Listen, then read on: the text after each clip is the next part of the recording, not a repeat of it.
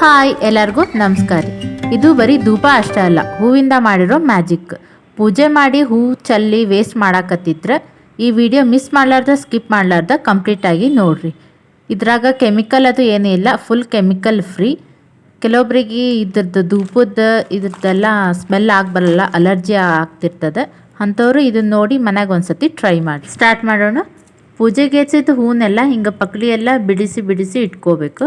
ಹಿಂಗೆ ಬಿಡಿಸಿ ಒಣಗಿಸ್ಕೋಬೇಕು. ಇಲ್ಲ ಅಂತಂದ್ರೆ ನೀವು ಫುಲ್ ಹೂನಾದ್ರೂ ಒಣಗಿಸಿ ಹಿಂಗೆ ಪಕ್ಳಿನ ಬಿಡಿಸ್ಕೋಬೋದು.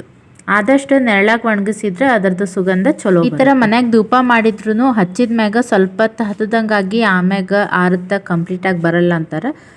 ಅದನ್ನು ಯಾಕಂತ ಹೇಳ್ತೀನಿ, ವಿಡಿಯೋ ಕಂಪ್ಲೀಟಾಗಿ ನೋಡಿ. ಕೆಲವೊಬ್ಬರಿಗೆ ಈ ಧೂಪ ಉದಿನ ಕಡ್ಡಿ ಸ್ಮೆಲ್ಲಿಂದ ಅಲರ್ಜಿ ಆಗ್ತಿರ್ತದೆ. ಅಂಥವ್ರು ಈಗ ಮನೆಯಾಗಿರೋ ಇಂಗ್ರೀಡಿಯೆಂಟ್ಸಿಂದ ಈಸಿಯಾಗಿ ಕೆಮಿಕಲ್ ಫ್ರೀಯಾಗಿ ನ್ಯಾಚುರಲ್ ಆಗಿ ಮನ್ಯಾಗ ಮಾಡೋದ್ರಿಂದ ಹೆಲ್ಪ್ ಆಗುತ್ತೆ.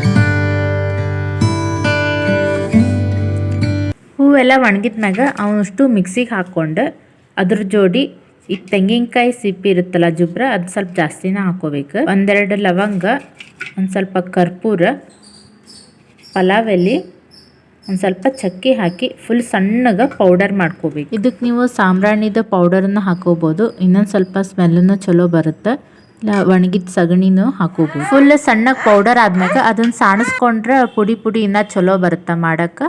ನಾ ಇಲ್ಲಿ ಸಾಣಿಸ್ಕೊಂಡಿಲ್ಲ, ಹಂಗೆ ಒಂದು ಪ್ಲೇಟಿಗೆ ಹಾಕ್ಕೊಳತ್ತೀನಿ.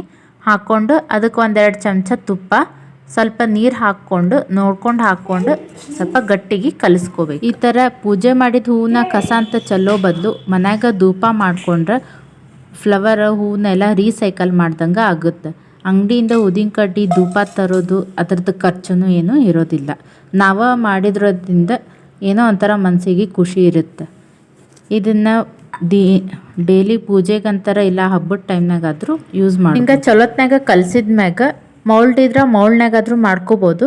ಇಲ್ಲ ಅಂತಂದ್ರೆ ನಾ ಇಲ್ಲಿ ತೋರಿಸ್ದಂಗೆ ಧೂಪದ ಶೇಪ್ ಹೆಂಗಿರ್ತಾವಲ್ಲ ಹಿಂಗೆ ಉದ್ದಕ್ಕಾದ್ರೂ ಮಾಡ್ಕೋಬೋದು, ಅಗ್ಲಕ್ಕಾದ್ರೂ ಮಾಡ್ಕೋಬೋದು. ಈ ಥರ ಧೂಪದ ಶೇಪ್ ಮಾಡ್ಕೊ. ಹಿಂಗೆ ಒಂದು 2-3 ಮಾಡಿ ತೋರ್ಸಾತೇನೆ ಹೆಂಗೆ ಮಾಡೋದು ಅಂತ. ಇವು ಹಿಂಗೆ ಮಾಡಿಟ್ಮ್ಯಾಗ ಒಂದು 2-3 ದಿವಸ ಬಿಸಿಲಾಗ ಫುಲ್ಲು ಒಣಗಿಸ್ಬೇಕು.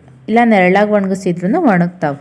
ಹಿಂಗೆ ನಾವು ಮನ್ಯಾಗ ಮಾಡಿದ್ದು ಕೆಲವೊಮ್ಮೆ ಪೂರ್ತಿ ಹತ್ತಂಗಿಲ್ಲ, ಸ್ಟಾರ್ಟಿಂಗ್ ಹತ್ತಂಗಾಗಿ ಆಮ್ಯಾಗ ಆರ್ತವೆ. ಎದಕ್ಕಪ್ಪ ಅಂತಂದ್ರೆ ಅವು ಪೂರ್ತಿ ಚಂದಗೆ ಒಣಗಿರೋದಿಲ್ಲ, ಒಳಗಿನ್ನ ಸ್ವಲ್ಪ ಹಸಿ ಇದ್ದಂಗೆ ಇರ್ತದೆ, ಅದಕ್ಕೆ ಹಂಗಾಗುತ್ತೆ.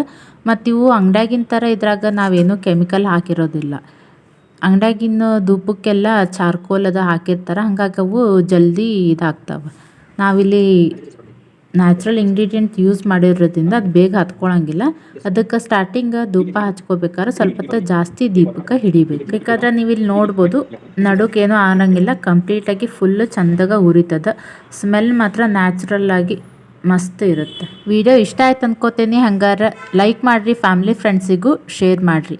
ಈ ಥರ ಪರಿಸರ ಸ್ನೇಹಿ ಎಕೋ ಫ್ರೆಂಡ್ಲಿ ಐಡಿಯಾಸ್ ಏನಾರ ಬೇಕಂದ್ರೆ ಚಾನಲ್ ಸಬ್ಸ್ಕ್ರೈಬ್ ಮಾಡೋದು ಮಾತ್ರ ಮರಿಬೇಡ್ರಿ. Thanks for watching.